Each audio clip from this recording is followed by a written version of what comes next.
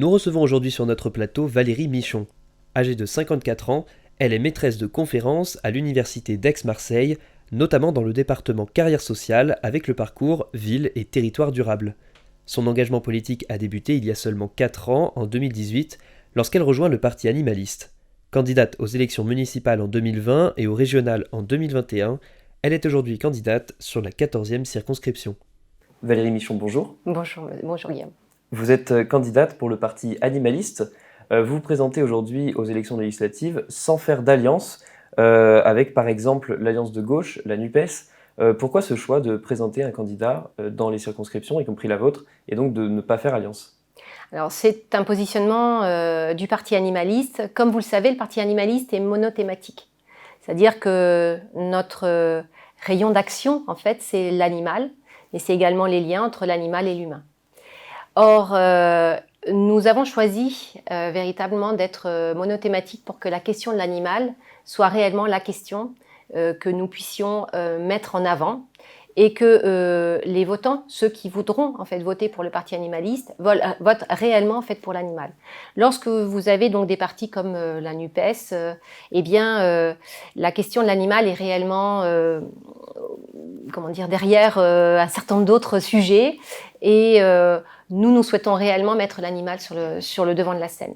C'est pour cette raison qu'on souhaite être en tant que candidat à part entière du parti animaliste et ainsi donc montrer aussi aux autres partis politiques que cette question elle concerne réellement les Français et les citoyens de la 14e circonscription. Mais alors justement par rapport à cette volonté plutôt de faire porter votre voix, ce qu'on pourrait vous répondre, c'est l'idée que finalement dans une alliance, ça vous permettrait peut-être, pourquoi pas, d'obtenir quelques sièges à l'Assemblée nationale et aussi de faire porter votre voix dans l'hémicycle directement. Du coup, pourquoi ce choix tout de même de se contenter finalement peut-être de la période des élections pour faire porter cette voix justement ? On estime que la condition animale, le bien-être animal, la protection de l'animal, c'est une question qui est transversale. C'est-à-dire qu'elle n'appartient pas à la gauche, elle n'appartient pas à la droite. Elle est une question en soi. C'est-à-dire que si on fait une alliance avec un parti, on sera obligatoirement estampillé de ce côté-ci ou de ce côté-là. Ce n'est pas notre objectif. Notre objectif, c'est que la question animale, elle transcende un peu tous les partis et qu'elle puisse être abordée par tous les partis. Et dans un sens, avec sincérité et avec des objectifs qui sont néanmoins ambitieux. Donc, on porte ces mesures, on va peut-être en parler tout à l'heure d'ailleurs, de ces mesures, on les porte et on les appuie avec une expertise et avec une grande sincérité. C'est pour cette raison qu'on ne se voit pas prendre parti, parce que vous savez, quand on fait une alliance, eh bien après on va dire « Ah ben oui, mais là ils sont de droite, ah ben là mais ils sont de gauche ». C'est pas ça. La condition animale, elle doit être dans tous les partis. Vous craignez de faire perdre votre objectif initial, de porter ce message plutôt Exactement. Oui, parce qu'elle sera noyée. Après, c'est noyé parmi d'autres mesures, d'autres ambitions. La condition animale, elle a aussi sa valeur en soi. Et c'est cette valeur-là que l'on souhaite faire émerger. Alors, une dernière question sur ce thème. Le problème, du coup, de ne pas faire d'alliance, c'est forcément que vos chances de victoire diminuent aussi. Est-ce que vous pensez que la victoire en soi de se présenter et de faire porter le message, elle est déjà suffisante pour vous ? Oui, elle est déjà suffisante. Déjà, elle a permis de mettre sur le devant de la scène, et ça, on l'a vu avec les élections régionales, on l'a vu avec les élections présidentielles, où malheureusement nous n'avons pas pu nous présenter par manque de parrainage, mais on ne reviendra pas sur cet épisode, mais on a vu que les partis ont pris en fait le sujet de la condition animale, s'en sont emparés parce que nous étions là. Parce que finalement ils se sont dit « Ah mais quand même les résultats aux élections européennes, les résultats aussi dans certaines municipalités, aux municipales donc d'il y a 2 ans d'ailleurs, eh bien, ont prouvé qu'il y avait un intérêt. Donc là, ils s'en saisissent. Eh bien, on est là aussi pour ça. Si on n'était pas là, ben on dirait oui, la question animale, oui, alors non, mais il y a des raisons, il y a des sujets qui sont des thématiques qui sont beaucoup plus importantes. Non, là, nous, on dit cette thématique aussi est importante. On va passer du coup aux mesures que vous proposez, on va rentrer dans le vif du sujet. Oui. Concrètement, donc évidemment votre programme tourne largement autour de la défense, de la protection des animaux. Quels sont les grands axes que vous avez dans votre programme pour justement assurer cette défense et protéger les animaux? Alors, on va dire la mesure qui est vraiment la plus importante, en tout cas pour nous, pour l'instant, c'est donc, nous sommes contre les élevages intensifs et industriels. Alors, ce positionnement a plusieurs bases. Tout d'abord, la première, c'est la condition animale, c'est-à-dire que ces élevages intensifs et industriels ont transformé l'animal en animal-machine. Vous savez, c'est ce que Descartes disait, l'animal finalement en soi n'a aucune valeur, c'est une machine. Ici, c'est une machine à produire de la viande, voilà, pour manger, point. Le deuxième élément, la deuxième base en fait contre l'élevage intensif et industriel, c'est aussi que nous avons beaucoup de misère sociale. Dans ces élevages, vous avez des éleveurs qui sont très malheureux, très très malheureux. Et il faut considérer justement cette souffrance des éleveurs, il faut considérer la souffrance de ceux qui sont autour d'eux aussi également. Et c'est pour cette raison qu'on souhaiterait accompagner ces éleveurs pour un changement de production. Et puis, un changement de production vers quoi ? On s'aperçoit que la planète, et ça, énormément de scientifiques le disent, hein, c'est tout à fait documenté par la littérature scientifique, la planète Terre, celle sur laquelle nous vivons, et je rappelle qu'on n'en a pas deux planètes, on n'en a qu'une seule, eh bien, elle ne pourra pas supporter que tout le monde continue à manger de la viande à ce rythme. Ce n'est pas possible. Donc, il va falloir absolument réduire cette consommation de viande, et bien évidemment, ça va par une certaine végétalisation de l'alimentation. Alors du coup, ce que vous expliquez ici, c'est assez intéressant. Ce qu'on lit dans votre programme, c'est que vous partez de la question animale, mais qu'en fait, ça vous permet d'élargir sur tous les spectres, toutes les questions finalement, les thématiques des programmes plus classiques, je dirais, d'autres parties. Oui, et donc en partant de l'animal, en fait. Tout à fait, parce que l'animal, eh bien finalement, il ne vit pas en vase clos, il vit avec nous. Alors, je vais dire quelque chose d'assez... voilà, il est mort, il est dans notre assiette, hein, mais aussi c'est l'animal domestique, c'est l'animal aussi spectacle, et à chaque fois, on s'aperçoit qu'il y a, lorsque l'animal est maltraité, et ça aussi c'est documenté par la littérature scientifique, il y a des maltraitants, les maltraitants vont maltraiter les êtres faibles, qui sont l'animal, mais aussi... l'enfant, mais aussi la femme, mais aussi la personne âgée, mais la personne handicapée, etc. Donc il y a ce lien, lorsqu'on va s'attacher par exemple, autre mesure, à la maltraitance animale, on va s'attacher également à la maltraitance humaine.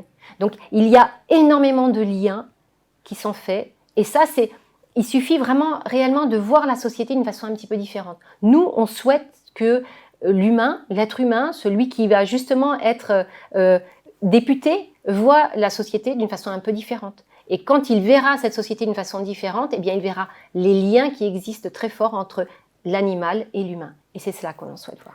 Vous avez parlé de plusieurs mesures pour la protection des animaux. À votre avis, pourquoi est-ce que ces propositions ne sont pas encore appliquées par les divers gouvernements, alors que finalement la question animale, c'est quand même une question qui est globalement acceptée, partagée par beaucoup de personnes aujourd'hui? Il semblerait que ce soit quand même une question qui affecte les gens. Bien sûr. Voilà. Pourquoi est-ce qu'il n'y a pas de traduction politique selon vous?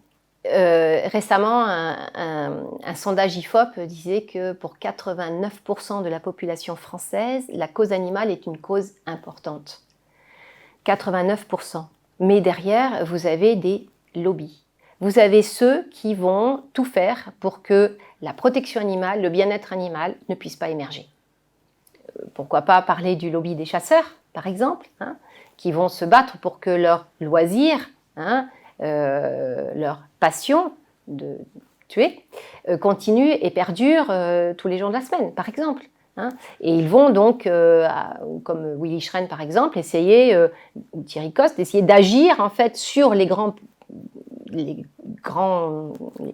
politiciens, hein, ceux qui sont à la tête de notre système politique, pour éviter la prise en compte d'un certain nombre de mesures. Donc, pareil au niveau des lobbies industriels, la production de viande. Quand je vous parlais de l'éleveur, lui, l'éleveur, il est en bas de la chaîne. C'est le haut de la chaîne qui profite de son travail. Lui, il ne gagne rien. Il perd même parfois. Et son activité, c'est seulement, il arrive à la faire uniquement par les subventions. C'est-à-dire que c'est vos impôts, nos impôts, qui payons les subventions que l'éleveur va recevoir pour pouvoir survivre, parce que je n'appelle pas ça vivre. Vous avez évoqué du coup la question animale et ça vous permet du coup d'évoquer les questions sociales et écologiques notamment. Il y a une autre partie dans votre programme qui est assez importante, c'est la question de la démocratie, Oui. puisqu'on vit aujourd'hui quand même une crise démocratique, il semblerait, en tout cas par les taux d'abstention qui augmentent. Qu'est-ce que vous proposez pour renforcer notre démocratie ?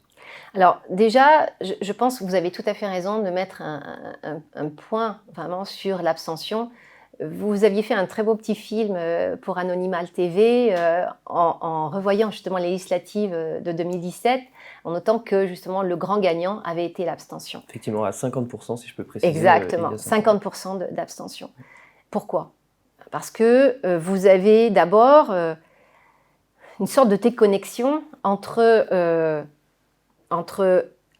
la personne politique, le personnage politique et le citoyen. D'abord, beaucoup font leur carrière en politique. Et ce sont des carrières qui en plus peuvent varier en politique. On va un petit peu à droite, un peu au centre, ou un petit peu à gauche, on vient au centre, ou même on va directement vers la droite, etc. Donc là, après, on a un petit peu de mal à comprendre en fait un petit peu la logique.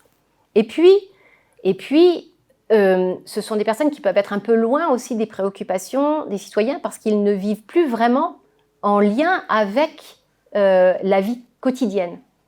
Et c'est compliqué pour eux.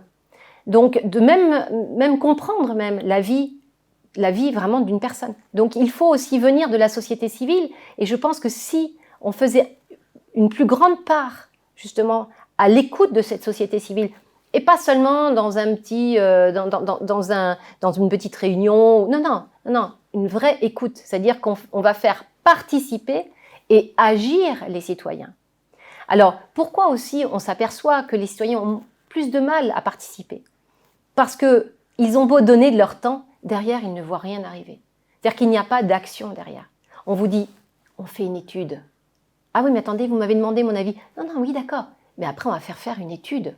L'étude qui va coûter X dizaines de milliers ou centaines de milliers d'euros, pour arriver finalement à une conclusion dans X années, à peu près à la même chose que ce que le riverain ou le citoyen va avoir, lui, dit en première main. Donc je pense que la démocratie, elle doit s'exprimer, mais elle doit réellement s'exprimer et pas seulement faire des sortes de jeux de dupes où on va demander à un panel de citoyens de travailler, de plancher pendant plusieurs week-ends sur des mesures, puis après on va leur dire, voilà, écoutez, ça y est, on va sortir une loi qui est quasiment vide, avec pas grand-chose d'applicable, ou pas grand-chose qui sort en fait de ces réunions. Donc nous, on est vraiment sur la participation active. Une dernière question du Oui. coup, vous avez commencé à y répondre. Vous, député de la République, si vous êtes élu le 19 juin prochain, ou le 12 juin d'ailleurs, comment tisserez-vous le lien entre la population et l'Assemblée nationale ? Vous avez commencé à y répondre en évoquant la société civile. Comment est-ce que vous, concrètement, vous feriez les choses, donc différemment, je suppose, de ce qui est fait aujourd'hui majoritairement ? Comment vous y prendriez-vous dans un cadre, effectivement, comme on l'a dit, où il y a une déconnexion de plus en plus importante entre représentants et représentés ? D'abord, je pense qu'il faut continuer à vivre sa vie. C'est-à-dire que je pense que si j'étais déconnectée en fait de mon emploi, si j'étais déconnectée des liens qui me lient avec les autres citoyens de la 14e circonscription, je pense par exemple à quelques actions avec le CIQ, je pense aussi au fait que moi je prends mes gants et je vais ramasser, nettoyer les déchets le long des routes par exemple, ou je vais, voilà, toutes ces actions, parler avec les gens, etc. Tout ça, il faut que ça continue déjà. C'est-à-dire que ce n'est pas une carrière qu'il faut mener. C'est une sorte de double vie, quoi. Et puis, il faut faire appel c'est-à-dire que le député ne doit pas rester dans sa tour d'ivoire. Il doit aussi inviter à s'exprimer des personnes diverses et variées qui doivent pouvoir trouver une écoute auprès de ce député.